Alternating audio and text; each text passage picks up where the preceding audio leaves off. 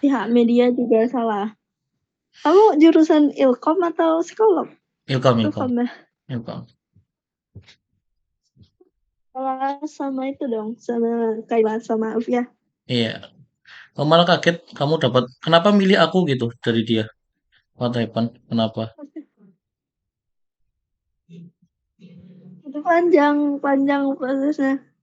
Kan dan kebetulan kami sekelompok nggak ada yang itu, nggak ada yang kenal sama anak Fishhome. Cuma kebetulan Hmm, temanku, karena dia di pondok, jadi dia punya kenalan. Nah, dari mm-mm. kenalan dia tuh, minta nomornya lagi. Akhirnya dapat nomor Alfia. Hmm. Nah, dari Alfia lah kami minta rekomendasi gitu siapa. Nah, Alfia sama Kaila ngerekomendasinya kamu. Sebenarnya di kelas ada beberapa anak sih yang kemarin sempat debat cukup panjang sih sebelum mulai mata kuliah. Ada aku, Hamdan, sama Raffi. Nanti kalau misalnya kamu memang mau minta pendapat mereka, nanti tak share juga nomornya boleh lah. Mereka stay di Jogja juga kok, kalau pengen minta pendapat mereka. Oke. Terus kayaknya nggak keburu deh deadline-nya Sabtu. Oh, deadline-nya Sabtu. Oke, oke, oke, oke. Iya, kayaknya jelas. Sebentar ya. Santai, santai, santai. Mel, Meli.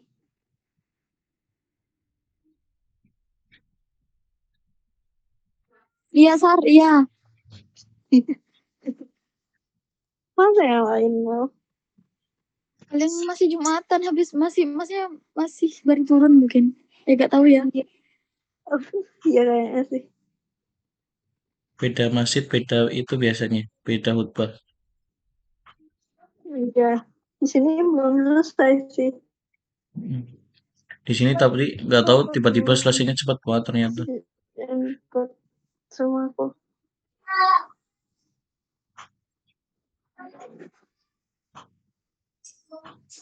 Mau nunggu tak, Sar? Iya, tapi kita itu sama Pak Nelman jam Pak Mel. 12.50. Berarti bentar lagi kan? Iya. Kita mulai aja. Oh, yuk, mulai dulu dah. Kamu nutulan ya. Iya, aku nulis kok. Oke. Dava. Ya, masuk. Kita mulai duluan aja ya, soalnya nanti jam 12.50 kebetulan aku ada kelas online juga. Oh, oke, siap, siap, siap, siap. Jadi kelamaan kalau nunggu yang lain kan. Yang penting Jadi kalian udah kita tahu mulai. pertanyaannya mau apa aja gitu. Iya, sebelumnya kami mau nanya dulu nih kesediaannya. Soalnya nanti kan bakalan dilaporkan dalam bentuk makalah. Ya, Kamu monggo, bersedia nggak monggo, nama monggo. sama NIM-nya dicantumkan? Boleh, Oke, boleh, boleh. bisa Nim, sebutin nama panjang sama NIM-nya? nama saya Dava Fauzia Rohman, itu sesuai di kontak WhatsApp saya. Untuk NIM 22 10 70 382 sesuai nama yang di aplikasi Zoom. Oh, yang di Zoom, cek bentar. Yang, oh iya ya, 22 10 70 380. 382. Oke. Iya. Jadi yang mau kami tanyain itu, menurut kamu nih dari tragedi Kanjuruhan, itu kan data valid yang kalau sampai hari ini jumlah yang meninggal itu ada 132 orang. Hmm. Dan ini bisa dikatakan masuk. Semit. Kenapa? Hah? Lagi ulangi, Sar, kurang jelas. Oh, namanya? Iya. Namanya saya ketikkan saja, Pak. Oh iya, diketik aja. Kamu chat di chat aja.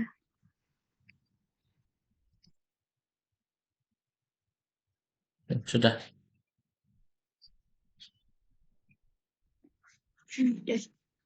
Kita lanjut ke pertanyaannya. Jadi menurut kamu tragedi Kanjuruhan itu gimana dan kira-kira siapa yang bersalah gitu dalam hal ini? Ya. Kondisi saya tak jawab mungkin agak sedikit panjang untuk kasus ini. Kita bisa lihat dari perspektif Kita mulai dengan perspektif kepolisian dulu, yang notabene mereka sebagai petugas keamanan. Nah, di awal-awal kejadian itu memang sudah ketika masih panas nih kejadian, kepolisian serta jajaran-jajaran pengamanan lain, mereka sudah berpendapat bahwasanya mereka itu sudah melaksanakan sesuai SOP, di mana SOP-nya mereka itu menggunakan gas air mata untuk mengurai kerumunan di dalamnya. Dan itu memang benar, itu SOP-nya menurut kepolisian itu benar. Nah, kita ambil sisi lain kembali langsung, kita lihat ke sudut pandang dari FIFA, yang notabene memang sudah di dalamnya ada peraturan SOP ketika di dalam stadion itu dilarang untuk membawa senjata api, senjata tajam, gas air mata, dan segala macam eh, senjata-senjata yang memang notabene untuk berbahaya di dalamnya. Kayak gitu. Sudah jelas di FIFA itu memang sudah dilarang. Dan untuk kalau kita pakai sudut pandang dari masyarakat yang notabene memang supporter di dalamnya itu eh, yang bisa kita lihat itu kejadiannya. Jadi masyarakat yang sedang menonton di stadion itu di tribun itu mereka nih begitu selesai kejadian ada beberapa oknum yang memang notabene mereka lari ke dalam stadion untuk mengungkapkan kekecewaan mereka kepada tim, manajemen, serta pemain lah gitu di dalamnya. Tapi di saat itulah pihak keamanan merasa, wah ini bahaya nih segala macam, akhirnya ricuh di dalamnya. Pihak kepolisian mengamankan mereka dengan gas air mata. Nah, kita bisa lihat nih di stadion itu memang di Indonesia itu masih beberapa kualifikasi stadion itu memang belum standar FIFA. Di antaranya kemarin yang sudah terlihat dan dihubungi oleh Presiden FIFA langsung dengan Presiden Jokowi itu dilarang adanya sistem tempat duduk seperti lesehan yang harusnya memang duduknya itu ada sekatnya, ada kursi-kursi antara penonton yang satu dengan penonton yang lain. Gitu. Kalau ngelihat sudut pandang yang salah ini sebenarnya banyak banyak yang salah nih. Ketika memang kita melihat dari kepolisian, mereka salah karena tidak mengindahkan peraturan dari FIFA. Nah, ketika kita melihat PSSI juga sama, anggaran mereka mungkin agak terbatas dan tidak bisa melaksanakan peraturan seperti FIFA untuk stadionnya yang notabene memang masih tutup segala macam. Nah, kalau kita melihat dari supporternya ada kesalahannya di antara mereka yaitu oknum-oknum yang awal-awal mereka memancing kemarahan untuk masuk ke tribun. Jatuhnya mereka itu eh, memancing, memancing untuk supporter lain agar masuk ke lapangan terjadilah kericuhan di dalamnya. Gitu kurang lebih dan konfliknya itu kan sampai sekarang itu masih ada nih. Yang terakhir pelatih timnas kita dari Korea, Shin Tae-yong itu kan berpendapat bahwa Iwan Bule itu kalau tidak apa ya, tidak boleh mundur lah istilahnya, tidak boleh mundur. Kalau Iwan Bule mundur, saya mundur. Nah, rame nih kemarin tagar di mana Shin Tae-yong out oleh masyarakat itu silahkan kamu keluar gitu. Kita tidak butuh pelatih semacam Sintayong itu untuk melatih tim Indonesia kalau kalau pandangan mereka seperti itu. Tapi kita bisa lihat di sisi yang sama bahwa Sintayong ini berpendapat bukan mendukung personalnya nih. Beliau tidak mendukung secara personal ke Iwan Bule, tapi lebih ke arah mendukung sepak bola Indonesia itu agar semakin maju. Tapi ya di semua kejadian ini kita bisa mengambil kesimpulan ya kurang lebihnya kejadian ini tidak boleh terulang dan banyak kemarin kata-katanya menurut saya itu tidak boleh ada nyawa yang tertumpahkan dengan nama olahraga gitu. Monggo, ada pertanyaan lain? Oke, berarti kalau dari Dava nih, kayaknya kalau menjurus ke satu pihak nggak ada yang salah ya, sebab Iya, itu tuh kayak sumbangan dari semua pihak yang iya. ada gitu. Dan mereka kan saling membenarkan Nah, masing-masing kan gitu. Polisi awal-awal mereka membenarkan itu sudah sesuai SOP. Terus dari penonton ya sesuai lah kita komplain yang normal gitu kan. Dari FIFA ya itu bukan salah kami gitu loh. Kita sudah menjabarkan ya gitu. Mereka mempunyai pembenarannya masing-masing. Ketika kita melihat sudut pandang yang lain, maka ada pembenarannya masing-masing dan ada kesalahannya masing-masing. Gitu.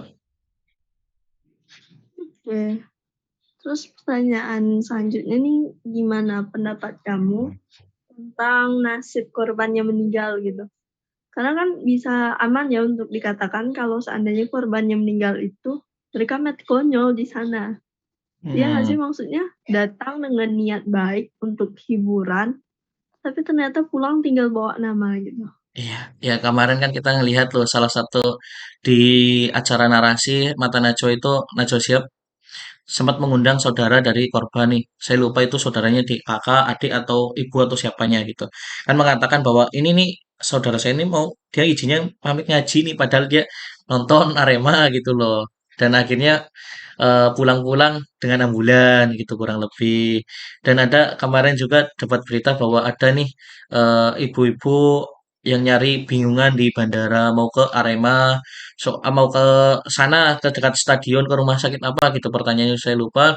Beliau nangis ceritalah ke orang yang di sekitarnya itu masyarakat pemuda kalau nggak salah itu nangislah cerita tentang foto anaknya segala macam sedih lah dia pamit dan masih nunjukin pesan WhatsApp terakhirnya ketika pamit mau nonton nih itu sedih akhirnya beliau itu mengantarkan ke sana sangat disayangkan 132 nyawa yang menurut saya itu berita tervalid sampai saat ini barangkali nanti salah bisa dibetulkan 132 nyawa ini apa namanya jatuh tertumpahkan di stadion yang tidak berguna 132 nyawa ini bukan kecil loh ini semuanya itu bisa kita kategorikan bisa menjadi orang-orang intelektual semua.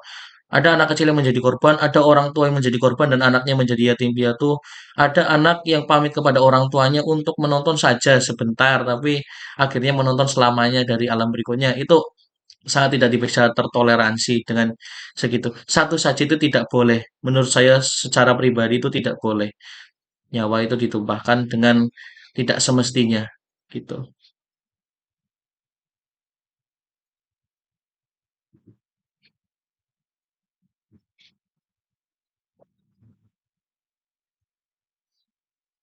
Oke, terus gimana terus maksudnya tuh kayak gimana ya? Itu kan mereka mati konyol di sana. Menurut kamu nasib yang mati konyol itu gimana? Nasib dalam perspektif apa nih? Kalau kita melihat dari sudut pandang pemerintah yang melakukan SOP-nya atau gimana? Nasib dari perspektif agama mungkin gitu. Kan ada sebagian orang yang berpikir mungkin takdir gitu. Iya, ada itu sama aja kayak eh ya memang benar takdir nih. Tapi kan kita tidak bisa menyalahkan takdir selama saat apa ya 100% nih. Ada memang hal-hal yang memang kita tidak bisa hubungkan 100% dengan takdir. Bisa nih kita hubungkan kejadian kanjuruhan dengan takdir. Ya toh orang-orang itu sudah ditulis di Lauhul Mahfud bahwa mereka itu meninggal di stadion kok kan gitu ada perspektif orang berpendapat seperti itu. Tapi kan kita bisa lihat juga manajemennya ini loh yang harusnya bertanggung jawab. Mereka itu dari awal kan memang rencana itu dimajukan sore, tidak boleh, oke, tetap malam. Gas air mata segala macam itu dilarang, tetap dilaksanakan. Pintu stadion yang harusnya terbuka tertutup. Ini kan nggak sebatas hanya kita memandang itu sebagai takdir, tapi juga memandang manajemen pelaksanaannya itu yang salah gitu loh. Oke, oke. Berarti kalau takdir emang semuanya takdir ya, tapi ini Iya, nggak bisa dikaitkan dengan takdir. Karena ini kita, salah satu pemicunya kesalahan ya, ada kesalahan ya iya, penyelenggara maupun dari pengaman. iya, kita tidak bisa 100% bahwa ini itu takdir, tidak boleh. Jadi ada beberapa aspek yang memang ini tidak 100% takdir, tapi kesalahan manajemen di dalamnya juga gitu. Oh ya, satu lagi ini juga toh saya baru lihat tadi Iwan Bule selaku ketua PSSI juga mengatakan PSSI bertanggung jawab penuh atas kejadian Kanjuruhan kan gitu. Ini kan berarti beliau juga sadar bahwa iya nih saya salah nih tim saya salah untuk memanajemen kegiatan kemarin sampai 132 nyawa ini menjadi korban jiwa dan ratusan lainnya luka-luka kan berarti salah gitu loh di dalamnya. Jadi nggak 100% takdir gitu.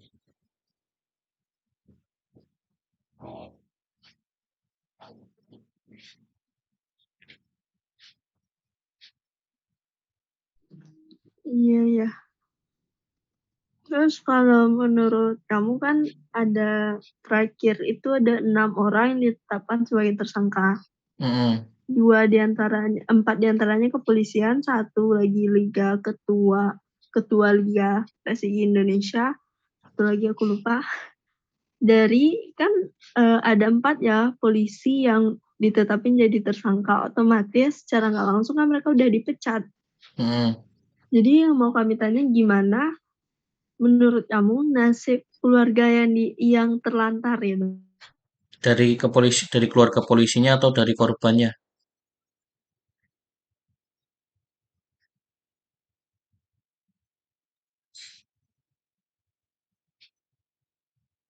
Halo?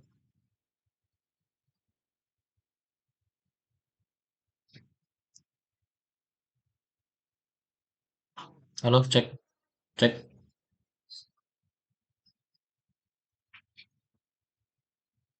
Hmm.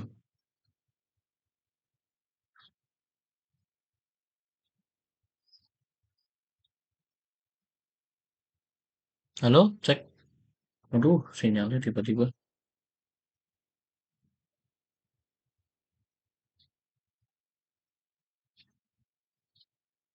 Ya tadi itu Maaf, yang koneksi kok, nge-lag sinyal sinyalku, sinyalku, koneksi kamu. sinyalku tadi ngelag. Oke, Mohon oke. maaf, mohon maaf.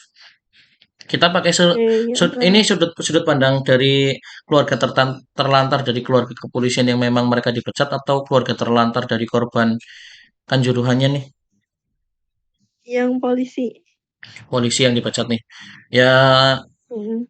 kalau kita mandang pakai perspektif agama memang ini kesalahan dari kepolisiannya, dari personalnya loh, orang yang ditahan. Memang ya kita bisa melihat mereka itu salah gitu. Nah, dan nanti akan disahkan salahnya atau tidaknya itu dari hakim yang memang punya kewenangan di dalamnya. Nah, dari sudut pandang agama nih, kita sebagai orang Islam dan juga sebagai masyarakat yang notabene kita di Indonesia ya, kita harus saling bantu membantu. Itu bukan kesalahannya anaknya loh. Itu bukan kesalahannya istrinya loh. Ini bukan kesalahannya orang tua dari pelaku loh. Jadi bukan berarti kita, oh bapaknya yang salah, anaknya kita bully, itu nggak boleh. Itu nggak boleh seperti itu perspektifnya.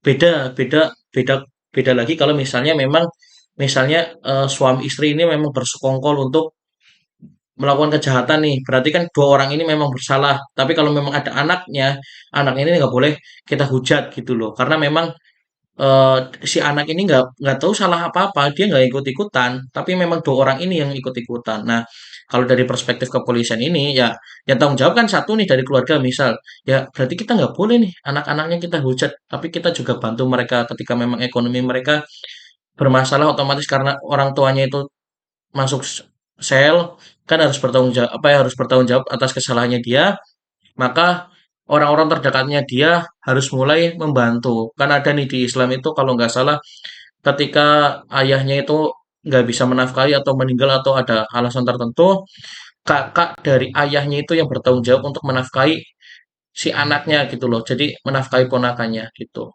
Jadi kita sebagai masyarakat pun dalam artian untuk menjadi saudara seimannya tetap harus bertanggung jawab membantu keluarga pelaku untuk kemanusiaan gitu dan keagamaan.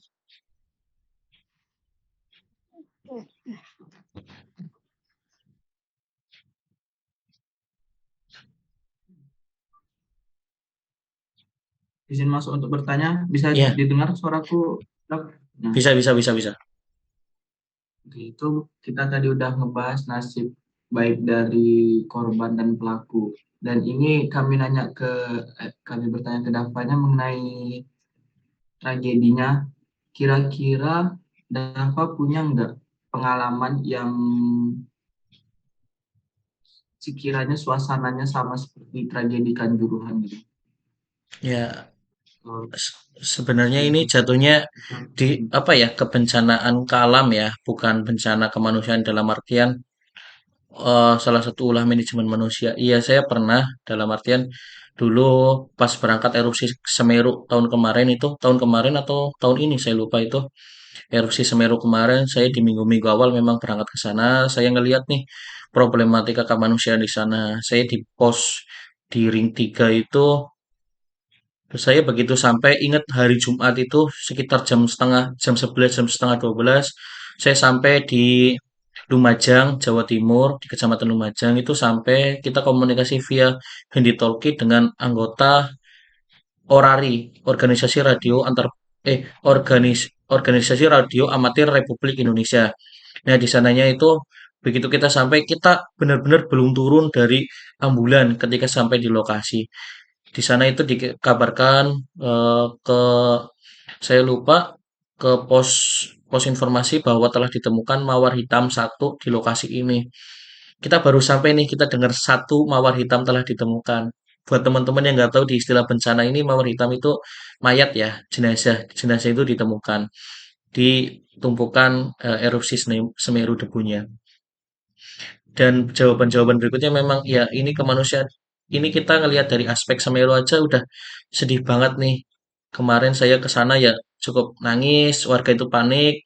Kita sampai di lokasi rumah warga di Ring 3 juga, Mas, kalau mau istirahat di dalam saja. Nanti kalau malam hujan, saya juga pergi toh. Toh saya pergi silahkan.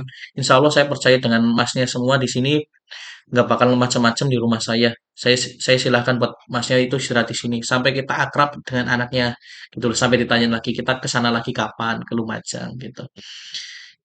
Itu ngelihat kita dari aspek di situ aja sudah sedih pada saat itu bahwa korban ini nggak sedikit, keluarga yang ditinggalkan itu nggak sedikit, dampaknya juga besar sampai recovery atau pembangunan ulang itu kalau nggak salah masih berjalan di sana. Karena memang beberapa proyek itu masih diperjalankan kayak rumah darurat Huntara. Hunian sementara itu masih dibikin lagi oleh lembaga-lembaga kemanusiaan lain. Ada dari Muhammadiyah, ada dari Nahdlatul Ulama, ada yang dari pemerintah memang notabene ada dari masyarakat-masyarakat sekitar dan lembaga-lembaga kemanusiaan lainnya yang memang masih berkontribusi di sana. Itu sih salah satunya yang memang cukup mencekam pada masanya. Gitu Mas Ahmad Raihan.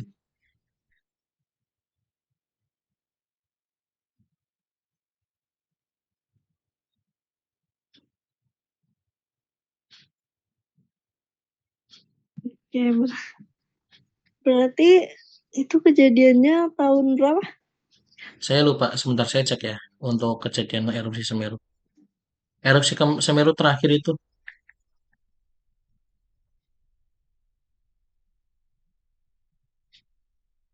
oh 5 Januari 2022. Januari kemarin. 31 Desember itu akhir. Saya itu lupa tanggal responnya saya. Tapi masih minggu-minggu awal saya respon ke lokasi langsung. Gitu.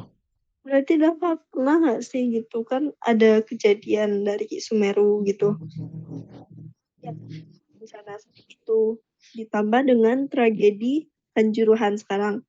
Meskipun kita sebagai pengamat yang nggak langsung supporter yang ke stadion, ada nggak sih pikiran gitu atau saat Davanya ngira kayak oh iya gitu kayaknya untuk hal ini harusnya seperti ini kayak yang dijelasin dalam ayat Al-Quran gitu tapi baru ngerasa impact-nya tuh datang ke kehidupan nyata kita tuh baru sekarang. Pernah nggak Iya, ngalaminnya seperti itu? pernah. Jadi salah satu ayat itu di juz 30 yang memang kita kalau misalnya nih gunung nanti bertebangan di hari akhir, di nanti pas kiamat, orang-orang itu nggak mikir keluarganya mereka nih. Dan itu benar-benar kerasa. Kalau kita di lokasi, teman-teman itu ngerasa ada di lokasi bencana, memang masih terjadi bencana, kita hampir lupa dengan keluarga kita sendiri dan itu ya tidak bisa dimungkiri memang benar itu ayat itu nyata gitu. Dan ya sedihnya itu ketika kita sudah mulai badan kita mulai tenang, kita baru memikirkan keluarga. Dan itu kita sedihnya di situ nih kayak, aduh ibuku kemana, bapakku kemana, kakakku kemana, adikku kemana, yang sudah berkeluarga, istriku mana, anakku mana itu cukup besar itu kondisinya dan itu ayat yang memang menjadi saksi benar bahwa memang manusia nanti dari akhir akan seperti itu. Ya Kanjuruhan bisa dikategorikan kalau misalnya kita melihat aspek hari akhir nanti Kanjuruhan ini memang belum ada apa-apa, tapi ini bisa menjadi pelajaran kita bahwa Kanjuruhan ini saja kita bisa lupa dengan keluarga kita, kepanikan kita, apalagi hari akhir kita gitu. Jadi kita harus selalu memperbaiki diri ikhtiar terus. Gitu kurang lebih Mbak Siti. Mbak. Oh iya ya. Berarti iya kan? Karena waktu di Kanjuruhan itu banyak aspeknya itu bukan semata-mata karena gas air mata penyebab Iya, meninggalnya, tapi karena panic attack waktu iya. eh dokter itu pengen nyelamatin diri. Di situ banyak yang terinjak, luka-luka. Berarti Mm. bisa dikaitkan ya? Iya, Apa, Mas? iya. Kalau banyak ingat itu tahun 2000 berapa saya lupa belasan itu ada kejadian di Mekah pas ibadah haji tragedi Mina. Itu kalau banyak ingat itu kan kejadian memang kurang lebih itu ada beberapa rombongan yang memang saling berhadapan dan bentrok, akhirnya mereka terinjak-injak dan banyak korban jiwa. Itu cukup besar itu kejadiannya dan kurang lebih efek terinjak-injak itu ya kita bisa lihat lah.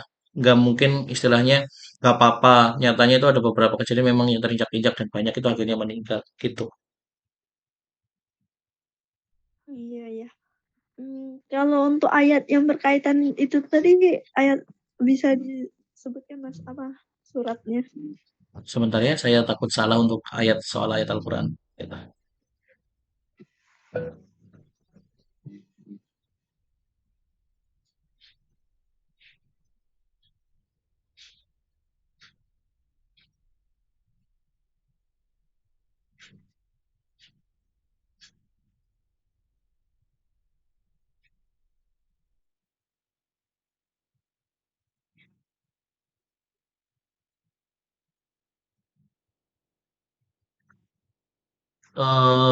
Dari surat Al-Qari'ah, surat ke 101 ayat 1 sampai 11.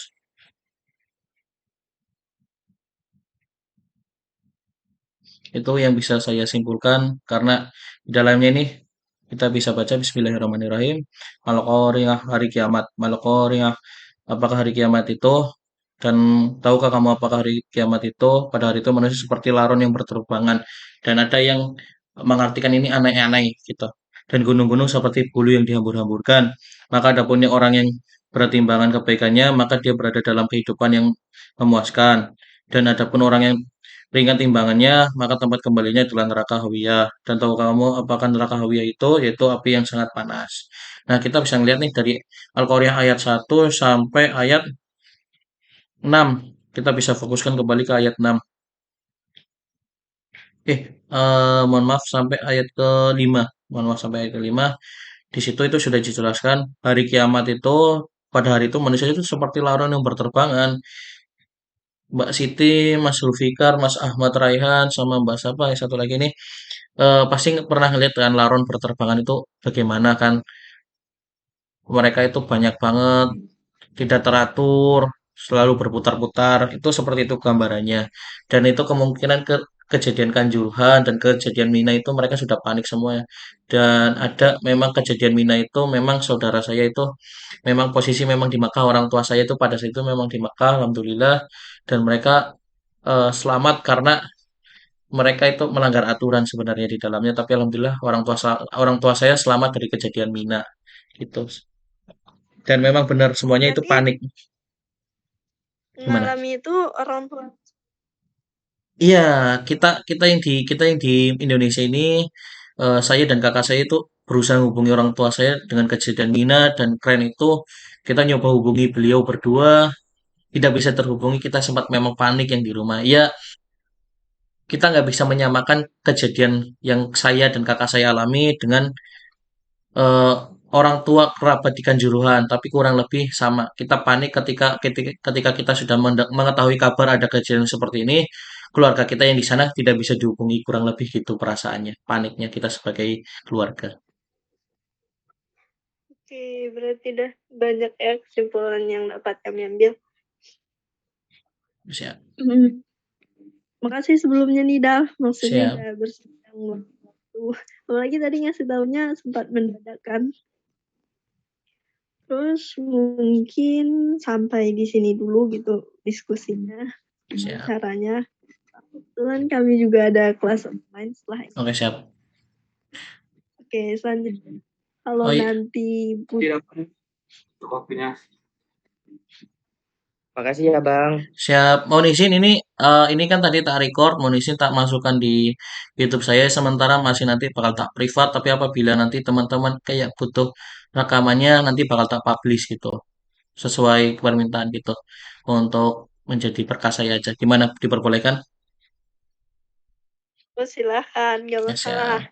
Siap. Terima kasih. Oke. Nanti video recordnya boleh dikirim juga ke kontak Mbak Zahra, Mas.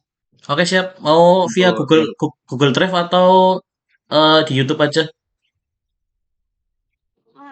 Bapak ntar kita lihat di YouTube aja biar sekalian nonton. itu aja. Oke siap. Siap. Iya. Nanti tak share. Ya Bang, ya Bang. Siap. Sekalian subscribe. Siap. Gitu. Oh iya, tadi teman-teman katanya jam 12.50, ini sudah lebih, barangkali dosen sudah menunggu. Ya, makasih Bang. Siap. Terima kasih. Tahan dulu ya. Om. Waalaikumsalam warahmatullahi wabarakatuh. Terima kasih banyak. Oke. Terima kasih Mas. Oke. Ya.